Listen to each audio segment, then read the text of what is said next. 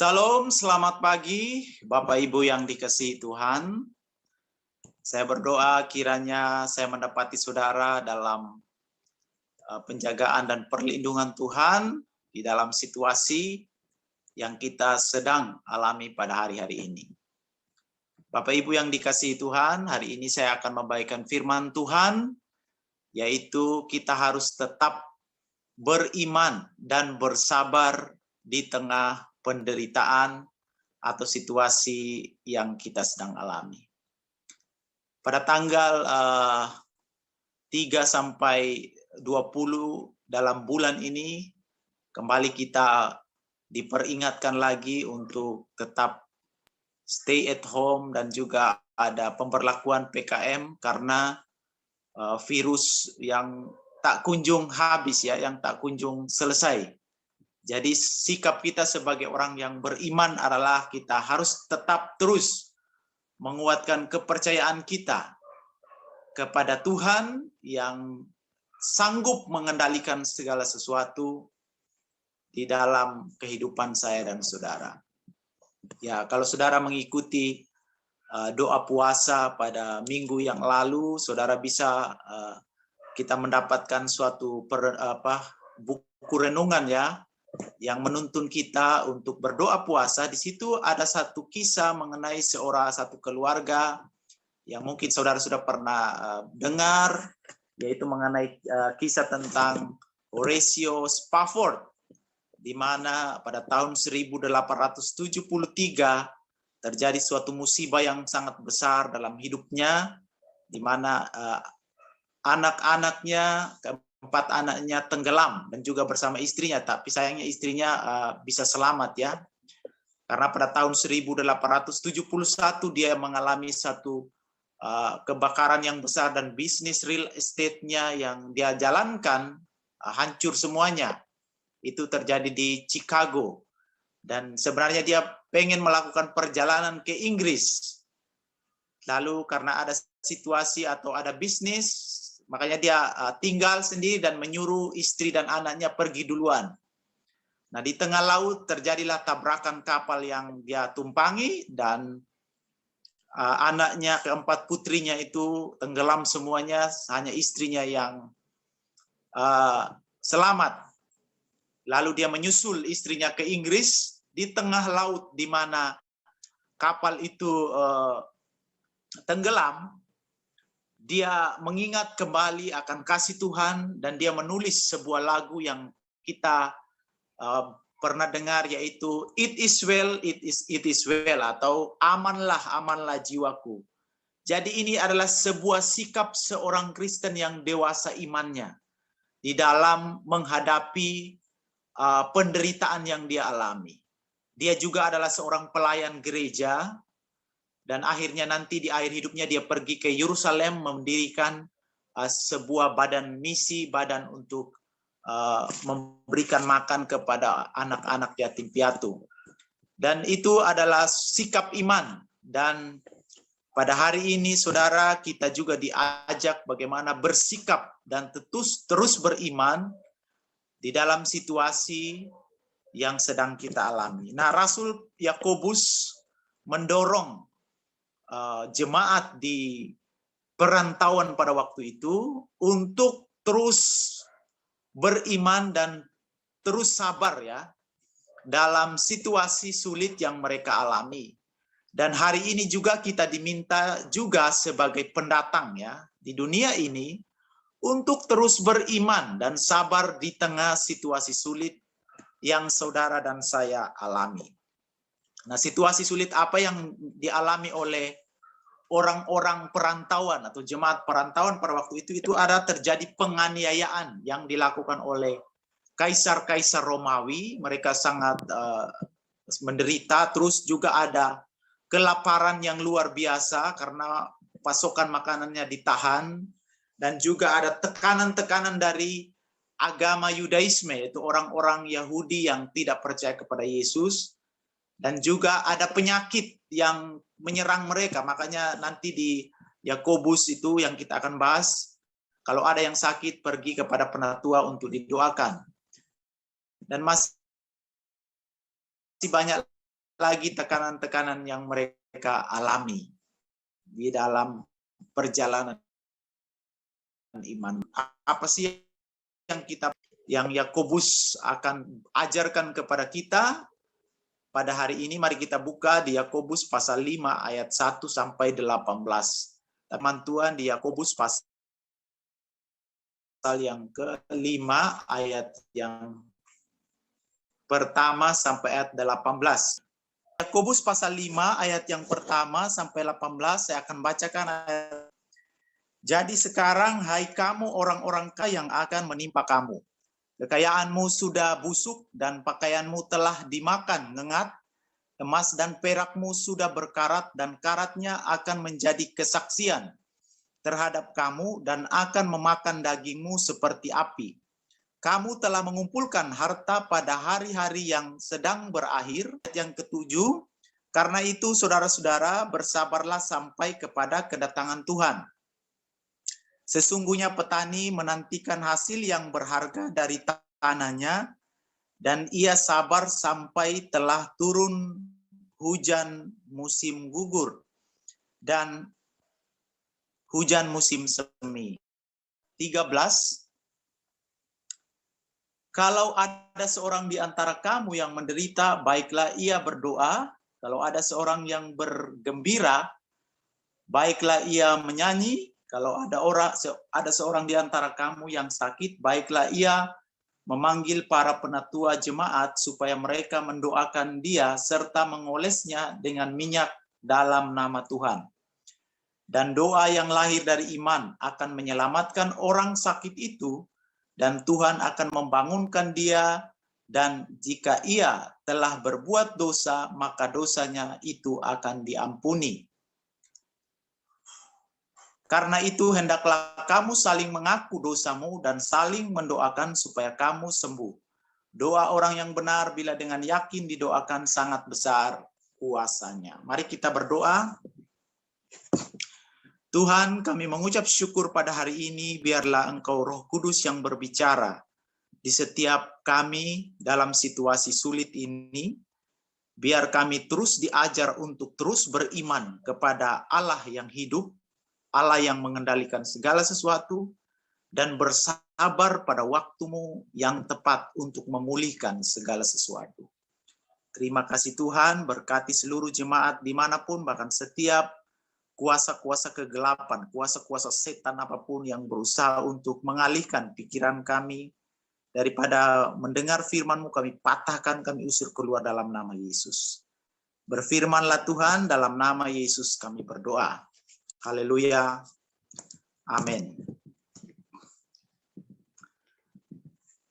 Nah, Bapak Ibu yang dikasihi Tuhan, surat Yakobus ini sepertinya surat yang tidak teratur ya, ditulis oleh Yakobus karena sebentar dia bicara mengenai ujian, sebentar dia bicara mengenai lidah, bicara mengenai diskriminasi sosial, sekarang bicara mengenai orang miskin dan orang kaya, dan juga bicara mengenai bagaimana bersabar di dalam iman. Sepertinya nggak nyambung topik-topiknya. Tetapi sebenarnya semuanya itu memberi kepada kita suatu pelajaran berharga ketika kita berada dalam situasi yang sulit. Karena pada waktu orang berada dalam situasi testing faith atau situasi yang pencobaan, dia tidak sabar sehingga keluar kata-kata menggunakan lidahnya dengan mungkin ya mempersalahkan Tuhan, memaki-maki keadaannya, dan lain sebagainya. Dan juga terjadi diskriminasi. Emangnya gue pikirin lo, saya aja begini, apa yang harus saya lakukan kepada. Jadi kita tidak peduli lagi kepada orang lain, ya kita hanya menjadi sifat yang egois gitu ya, memperhatikan diri sendiri. Dan akhirnya itu berpengaruh kepada iman dan juga orang menjadi tidak sabar ya. Tidak sabar, semuanya harus instan, jawabannya harus instan semua ya, harus seperti mendesak Tuhan untuk menjawab segala permintaannya itu. Jadi itulah yang terjadi kepada jemaat di perantauan yang dimana surat Yakobus ini ditujukan. Dan ini juga menjadi nasihat bagi saya dan saudara, apa sih yang mau Yakobus sampaikan kepada kita sebagai jemaat di zaman modern ini untuk kita lakukan. Nah, hal yang pertama yang saya bagikan adalah kita harus sadar ya bahwa uang bukanlah segala-galanya. Coba kita lihat di ayat yang kelima dan ayat 1 sampai 3 situ. Di situ dikatakan, jadi sekarang hai kamu orang kaya, menangislah dan merataplah atas segala yang akan menimpa kamu. Kekayaanmu sudah busuk dan pakaianmu telah dimakan ngengat. Emas dan perakmu sudah berkarat dan karatnya akan menjadi kesaksian terhadap kamu dan akan memakan dagingmu seperti api. Kamu telah mengumpulkan harta pada hari-hari yang sedang berakhir. Jadi kondisi daripada orang kaya pada waktu zaman Yakobus itu adalah orang kaya yang tidak bertuhan. Jadi mereka menaruh segala harapan mereka pada uang atau pada kekayaan yang menimpa mereka, yang mereka miliki. Dan di ayatnya yang keempat di situ kalau kita lihat, mereka menindas orang lain, tidak memberikan bayaran yang adil kepada sesamanya. Jadi makanya di situ Yakobus menegaskan kekayaanmu sudah busuk, sudah berkarat dan lain sebagainya. Di situ ya dideskripsikan satu-satu ya, merataplah dan menangislah. Artinya bahwa pengharapan mereka itu bukan pada harta. Pengharapan mereka satu-satunya ketika segala sesuatu menjadi hilang, hanya yang tersisa hanyalah Tuhan. Jadi Yakobus tidak sedang membenci kekayaan, tidak sedang membenci orang kaya, tidak sedang membenci mereka punya uang yang banyak, tetapi Yakobus sedang menegaskan karena jemaat pada waktu itu ikut-ikutan kepada sikap daripada orang kaya ini, yaitu mereka sudah tidak peduli Tuhan lagi, sudah kemana karena saking yang seperti yang saya katakan tadi ya, perekonomian yang sulit pada waktu itu karena stok makanannya dikasih sedikit-sedikit, akhirnya mereka juga kalau kita begini terus ini kita bisa mati gitu. Jadi mereka fokusnya nggak ke Tuhan lagi. Dan orang kaya yang memiliki banyak uang, banyak kekayaan pada saat itu juga tambah sombong ya, tambah tidak percaya Tuhan lagi. Jadi penderitaan, kesulitan hidup menuntut orang untuk terus mencari bagaimana memenuhi kebutuhannya. Itu adalah hal yang bagus kita lakukan. Jadi Yakobus tidak sedang membatasi orang untuk mencari, bekerja keras, mencari uang. Dia tidak sedang. Tapi fokusnya sekarang, pada waktu dia berada dalam situasi menderita, apakah hatinya tetap kepada Tuhan? Apakah dia terus menunjukkan kasih kepada orang lain? Apakah dia terus menunjukkan memberi yang terbaik kepada Tuhan? Itu yang mau ditekankan oleh Yakobus. Makanya Yakobus menegaskan akan kepada siapa kita menaruh harapan di tengah situasi yang sulit. Ya. Sekalipun mungkin pada waktu itu pasokan makanannya, penyakit menyerang, tetapi Yakobus berkata bahwa mereka harus tetap beriman kepada Tuhan yang mendalikan segala sesuatu. Nah, berapa banyak dari kita juga mengalami situasi yang sulit, kita hidup di situasi yang serba instan sekarang ya. Kita segala sesuatu harus instan gitu ya. Tetapi kita harus tahu bahwa pengharapan saya dan saudara, seberapapun uang yang kita miliki hari ini, itu tidak menjadikan kita lebih dari orang lain. Jadi yang mau disampaikan kepada saya dan saudara bahwa kita harus sadar betul-betul bahwa uang bukanlah segala-galanya. Tentu di zaman pandemik ini kita perlu uang. Kita perlu untuk makan, untuk bayar ini dan itu. Tetapi bukan menjadi fokus kita sehingga kita melupakan waktu-waktu yang terbaik bersama keluarga kita, waktu-waktu yang terbaik bersama Tuhan apalagi, waktu-waktu yang terbaik untuk membaca firman, untuk bersekutu dengan Tuhan gitu ya. Karena yang mengendalikan segala sesuatu kita ini percaya pada Tuhan yang hidup. Bukan Tuhan yang mati, Tuhan di pohon, Tuhan di batu, enggak. Kita percaya kepada Tuhan yang sudah berjalan di abad ke abad yang membimbing bangsa Israel, menyelamatkan mereka dari Mesir, menyelamatkan Daniel, Sadrak, Mesak dari api, menyelamatkan Elia dari kekeringan, menyelamatkan Yusuf dari penjara, menyelamatkan Esther dari pembunuhan Haman. Itu adalah Allah yang kita sembah. Dan pada hari ini juga kita mengalami krisis, yaitu pandemik ini. Kita percaya bahwa hidup saya dan saudara dikendalikan oleh Tuhan, bukan dikendalikan oleh perekonomian Bali atau perekonomian Indonesia. Jadi saudara, sekali lagi ya, makanya di Ibrani pasal yang ke-5 ayat 13 itu dikatakan janganlah kamu menjadi hamba uang. Nah, konteks orang Ibrani juga lah di mana mereka mengalami penderitaan yang luar biasa juga akibat dari penganiayaan dari kaisar-kaisar Romawi. Makanya penulis Ibrani berkata, janganlah kamu menjadi hamba uang.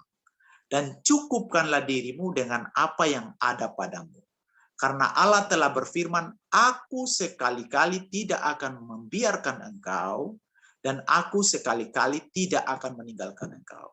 Ya, kita masih bisa makan hari ini, kita bisa masih beli obat, bisa jalan-jalan, itu karena anugerah Tuhan. Cukupkanlah dirimu dengan apa yang ada padamu. Jadi yang paling penting sekarang bagaimana kita mengecek bukan masalah uang banyak atau tidaknya. Hubungan pribadi saya dan saudara di hadapan Tuhan. Bagaimana? Itu yang sangat krusial di zaman atau di waktu-waktu krisis ini. Nah, hal yang kedua apa sih yang Yakobus mau sampaikan kepada saudara dan saya pada hari ini adalah kita harus bersabar. Karena penantian saya dan saudara itu ada tujuannya. Jadi kita tidak hanya dimasukkan, dijorokin gitu ke dalam penderitaan lalu dibiarkan pergi, enggak. Kita bukanlah orang yang kayak paham, kalau ada satu paham yang namanya paham deisme. Paham deisme adalah berkata bahwa setelah Tuhan menciptakan langit dan bumi dan segala isinya, dia tidak bertanggung jawab lagi atas ciptaannya. Jadi setelah Tuhan, yang penting saya sudah ciptakan, saya sudah angkat tangan, mau terjadi apapun, tidak peduli. Itu bukan paham, kita tidak percaya kepada itu ya. Jadi paham deisme percaya seperti itu. Tetapi Allah yang kita sembah adalah yang turut bekerja. Kita Roma berkata Allah turut bekerja dalam segala sesuatu untuk mendatangkan kebaikan. Jadi penantian saya dan saudara itu ada tujuannya. Kita menderita itu ada rewardnya, ada hadiah yang sedang menanti kita di depan kita. Yakobus pasal 5 ayat 7-8 berkata, karena itu saudara-saudara bersabarlah sampai kepada kedatangan Tuhan. Sesungguhnya petani menantikan hasil yang berharga dari tanahnya. Dan ia sabar sampai telah turun hujan musim gugur dan hujan musim semi. Kamu juga harus bersabar dan harus meneguhkan hatimu karena kedatangan Tuhan sudah dekat. Nah, kita sekarang hidup yang seperti yang saya katakan tadi, hidup di zaman serba cepat. Orang tidak sabaran untuk menanti sesuatu. Jadi makanya ada fast food, makanan cepat saji, internet harus fast gitu ya, harus cepat gitu ya. Ya kita mengalami kendala internet tadi, kita kayak gimana sih internetnya ini gitu. Jadi semua harus serba-serba, dan konsep ini, pola ini kita bawa dalam hubungan kita dengan Tuhan sehingga kita mendesak Tuhan untuk fast. Ayo Tuhan cepat gitu. Jadi pola ini yang kita alami di dunia ini akan membawa, akhirnya kita bawa ke konsep kita dalam mengikuti Tuhan, dan kita mendesak Tuhan untuk, kalau Tuhan sudah tidak jawab lagi, maka kita mengambil jalan kita sendiri. Kita mengambil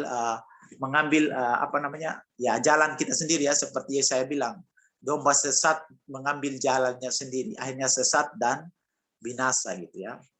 Dan kita dalam situasi bersabar ini, apa sebenarnya yang Tuhan tuntut dari saya dan saudara. Nah, di dalam bahasa Inggrisnya itu bagus ya. Apa yang Tuhan tuntut di dalam bersabar yang punya tujuan ini. Saudara bisa lihat dalam bahasa Inggrisnya itu, ESV menulis, you also be patient, establish or strengthen your heart for the coming of the Lord, it is at hand. Jadi establish. Artinya apa yang saudara dan saya bangun di dalam situasi sabar ini. Karakter apa yang kita bangun, cara berpikir apa yang kita bangun, apa yang kita mau terjadi dengan masa depan kita, dengan mungkin keluarga kita, bisnis kita, kuliah kita, atau studi kita. Apa yang saudara establish?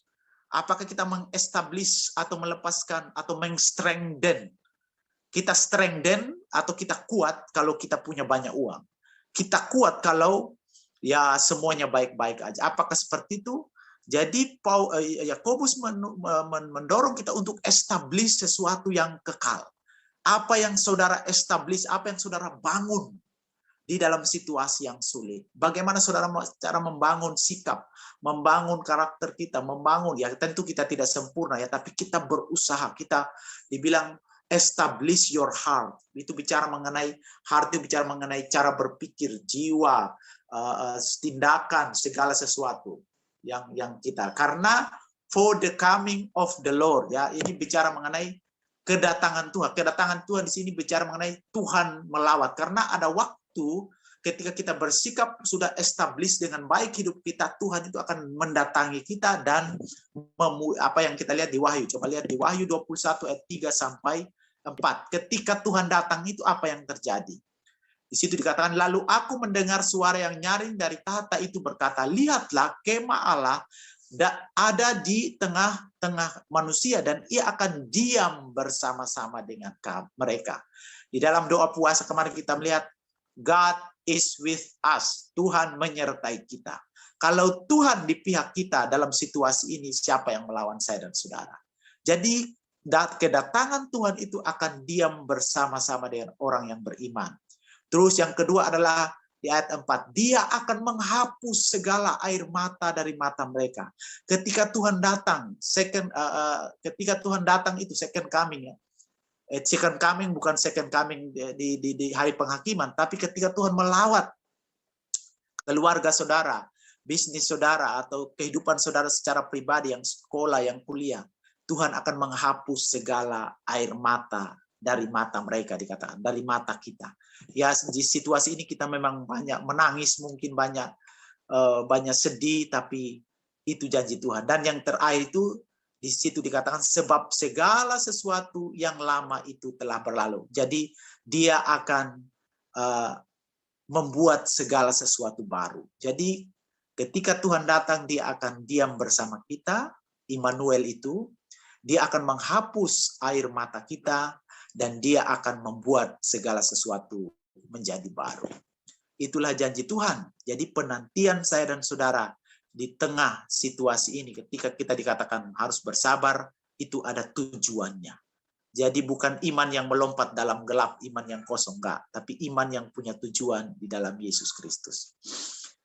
Dan yang terakhir adalah apa yang kita belajar dari Yakobus ini, yang yang Yakobus sampaikan, yaitu kita harus berhati-hati bahaya dari bersungut-sungut. Yakobus 5 ayat 9 berkata, saudara-saudara, janganlah kamu bersungut-sungut dan saling mempersalahkan supaya kamu jangan dihukum. Sesungguhnya hakim telah berdiri di ambang pintu. Saudara-saudaraku, janganlah kamu bersungut-sungut satu dengan yang lain supaya kamu tidak dihukum. Jadi kata bersungut-sungut itu artinya menggerutu, mengeluh terus-menerus. Dalam bahasa Ibrani aslinya itu kata ini bicara mengenai mengutuk. Mengutuk di dalam hati, entah mengutuk Tuhan, entah mengutuk keadaan, mengutuk sendiri-sendiri, itu bersungut-sungut. Makanya peristiwa Kibrot Ta'awa, kalau saudara baca di Keluaran itu, karena bersungut-sungutnya bangsa Israel, mereka sudah dibimbing di padang gurun, dikasih mujizat, mereka minta daging kepada Tuhan. Mereka minta daging, Tuhan langsung kasih, ada daging ham, ada rica-rica, ada daging panggang, ada sirloin, ada tenderloin, ada semuanya mereka makan. Belum habis di mulut, Tuhan langsung hajar mereka. Jadi hajar membuat mereka mati. Jadi di sini sebenarnya kematian itu di hadapan Tuhan bukanlah apa-apa, karena Tuhan menyayangi mereka juga gitu ya. Bukan hanya dia kasih mati begitu dia lempar ke neraka gitu. Tapi Tuhan sebenarnya hanya mengajarkan mereka ya supaya mereka tidak bersungut-sungut, karena bahaya daripada sungut-sungut tidak mempercayai Tuhan yang berdaulat gitu ya. Jadi Tuhan sudah menunjukkan kuasa di Mesir, tetap aja bersungut-sungut. Ya sama juga dalam hidup kita. Tuhan sudah bertahun-tahun, sudah Tuhan pelihara kita. Ketika pandemik datang kita mengeluh sudah, ngapain lagi saya ibadah? Nggak peduli lagi apa gini dan itu. Karena apa? Kita bersungut-sungut kan? Padahal kalau kita lihat di zaman-zaman dulu, dari awal kita bertobat terima Yesus, Tuhan sudah pelihara, kasih berkat, kasih kesehatan sampai pada hari ini. Nah, kalau kita bersungut-sungut di hari ini, mengeluh di hari ini, itu adalah kita kita menjadi orang yang bodoh. Karena apa? Kita sudah melupakan kebaikan Tuhan yang sudah lalu-lalu ya. Jadi jangan sampai seperti orang Israel, kita sudah makan sirloin, tenderloin, rica-rica, lalu kita bersungut-sungut di hadapan Tuhan ya. Jadi lawan dari bersungut-sungut itu adalah mengucap syukur. Jadi di dalam ucapan syukur itu ada mujizat. Saudara ingat Yesus memberi makan 5.000 orang dengan mengangkat roti dan mengucap syukur, terjadi mujizat. Lalu dikatakan di Mazmur, siapa yang menaikkan syukur memuliakan aku, dikatakan. Dikatakan juga dalam 2 Timotius, mengucap syukur dalam segala hal, karena itu yang dikehendaki Allah. Jadi yang dikehendaki Allah itu adalah mengucap syukur. Mau tidak ada makan, ya tetap tersenyum aja gitu ya. Seperti itu. Tetapi ini kita tidak lakukan, kebanyakan kita ya kita jujur, kita bersungut-sungut. Saya juga ya secara pribadi kadang mengeluh-mengeluh juga ya gitu ya. Tapi kita harus bertobat, kita harus ya. Makanya tadi saya bilang kita tidak sempurna. Kita belajar untuk establish yang baik, membangun yang baik dalam hidup kita. Bapak Ibu yang saudara, tadi 3 hal. Yang pertama itu kita harus sadar bahwa uang bukan segala-galanya, kekayaan bukan segala-galanya. Yang kedua adalah kita harus sabar bahwa penantian kita di masa-masa sulit itu adalah tujuannya, ada tujuan Tuhan. Dan yang ketiga adalah kita harus berhati-hati mengenai sungut-sungut itu ya. Di Florida ada satu keluarga yang memiliki seorang anak berumur 10 tahun. Dan keluarga ini tinggal di satu lingkungan yang di belakang rumahnya itu ada satu danau. Jadi bapak ini sudah memperingati anaknya supaya jangan pergi ke danau itu. Tapi ketika suatu hari bapaknya pergi kerja, terus mamanya lagi masak di dapur, tiba-tiba anak ini menyelinap dari belakang dan keluar pergi ke danau itu. Karena hari itu begitu panas, dia melihat air yang begitu jernih dan begitu indah gitu ya. Dia melepaskan bajunya, semuanya pakaiannya, lalu dia terjun di danau itu. Tetapi ketika dia lihat, ketika itu mamanya sadar dan dia melihat dari jendela, seperti ada sesuatu yang bergerak dari jauh gitu ya. Lalu mamanya cepat-cepat dan keluar dan dia berteriak di tepi danau, "Kids, come back," gitu. Jadi ada buaya yang datang gitu ya. Ada buaya yang datang, lalu anak itu melihat di belakang dan buaya itu mulai mendekat gitu. Lalu dia berenang dan sampailah dia di tepi. Pas mamanya memegang tangannya, buaya juga memegang kakinya gitu ya. Jadi buaya mencengkram kakinya. Lalu terjadilah tarik-menarik antara buaya dengan mama dari anak ini. Lalu dia bilang, "Help, help, help," gitu ya. Tiba-tiba ada seorang laki-laki yang sedang lewat yang punya pistol ya, karena orang Amerika itu diberikan izin untuk punya pistol ya. Jadi lalu dia pergi ke danau, dia dengar mamanya berteriak, lalu dia pergi ke danau itu. Lalu dia menembakkan berulang-ulang. Dia tembak buayanya, akhirnya buayanya lemas dan mati, dan dia melepaskan gigitan dari kaki anak itu. Lalu anak itu dibawa ke rumah sakit. Tiba-tiba datang wartawan untuk mewawancarai dia. Dia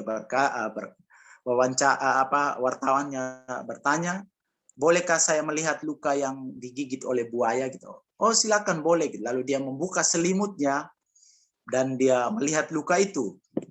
Lalu anak ini berkata kepada wartawan, "Luka yang sebenarnya bukanlah itu, bukanlah kaki saya. Tetapi lihatlah tangan-tangan saya ini yang luka, di mana tangan dari ibu saya, kuku-kukunya mencengkram saya, dan tidak melepaskan saya dari gigitan buaya itu. Dan sekarang saya bisa selamat dari maut itu, dari bahaya itu, karena ibu saya memegang saya dan tidak melepaskan saya. Bapak Ibu yang dikasihi Tuhan, cerita ini mengingatkan kepada kita akan Tuhan yang memegang hidup saya dan saudara. Dia tidak melepaskan kita di situasi, mungkin saudara sedang mengalami penderitaan yang begitu hebat pada hari ini. Kita sedang mengalami kekurangan, tapi tangan Tuhan yang begitu kuat itu, mungkin saudara tarik-menarik dengan buaya-buaya itu ya, dengan situasi COVID yang kita alami, situasi kekurangan, situasi mungkin berjuang dengan diri kita, tangan Tuhan itu tidak akan pernah membiarkan dan meninggalkan kehidupan saya dan saudara. Dia tidak melepaskan kita dari kuasa-kuasa kegelapan. Makanya tadi dikatakan, jika Allah di pihak kita, maka siapakah yang melawan saya dan saudara? Kita sedang berada dalam situasi badai yang besar ini. Tetapi ingatlah bahwa tangan Tuhan Yesus yang telah terpaku di atas kayu salib memegang hidup saya dan saudara. Karena itu, mari kita belajar satu hal dari apa yang disampaikan oleh Yakobus ini, untuk kita terus beriman dan terus bersabar di tengah penderitaan yang sedang kita alami. Nah, apa yang kita harus lakukan? Yakobus memberikan jawabannya. Apa yang harus kita lakukan? Dalam Yakobus 5 ayat 13, ketika saya dan saudara mengalami penderitaan, dia berkata, kalau ada seorang di antara kamu yang menderita, baiklah ia berdoa. Kalau ada seorang yang bergembira, baiklah ia menyanyi, menaikkan puji-pujian kepada Tuhan. Kalau ada seorang di antara kamu yang sakit, baiklah ia memanggil para penatua jemaat, supaya mereka mendoakan dia, serta mengoleskannya dengan minyak dalam nama Tuhan. Dan doa yang lahir dari iman akan menyelamatkan orang sakit itu, dan Tuhan akan membangunkan dia, dan jika ia telah berbuat dosa, maka dosanya itu akan diampuni. Ayat 16, karena itu hendaklah kamu saling mengaku dosamu, dan saling mendoakan supaya kamu sembuh. Doa orang yang benar, bila dengan yakin didoakan, sangat besar kuasanya. Jadi inti yang disampaikan oleh Yakobus kepada saya dan saudara pada hari ini adalah, ketika kita dalam situasi sulit, kita harus tetap beriman dan terus bersabar, karena pengharapan saya dan saudara kepada Allah yang tidak pernah melepaskan tangannya dalam hidup saya dan saudara. Mari kita berdoa. Tuhan, kami bersyukur kami sudah mendengar firman-Mu. Kami tahu situasi pandemik ini yang semakin menakutkan, dan kami mendengar banyak berita-berita yang menakutkan. Tetapi kami punya Allah yang sudah berjalan dari abad ke abad, melewati sejarah-sejarah umat manusia, yang sudah melepaskan banyak anak-anak-Mu, bangsa Israel, Elia, Musa, bahkan hamba-hambamu yang Engkau kasihi, orang-orang pilihan-Mu, Engkau sudah lepaskan mereka dari cengkraman-cengkraman musuh. Kami percaya juga pada hari ini Tuhan, kami dilepaskan, dilalukan dari setiap situasi yang sulit, setiap serangan-serangan kuasa kegelapan. Karena tangan Tuhan yang begitu besar dan luar biasa, begitu ajaib itu, tidak pernah melepaskan kami. Terima kasih Tuhan, kami mengucap syukur buat firman pada hari ini. Di dalam nama Yesus kami berdoa. Amen.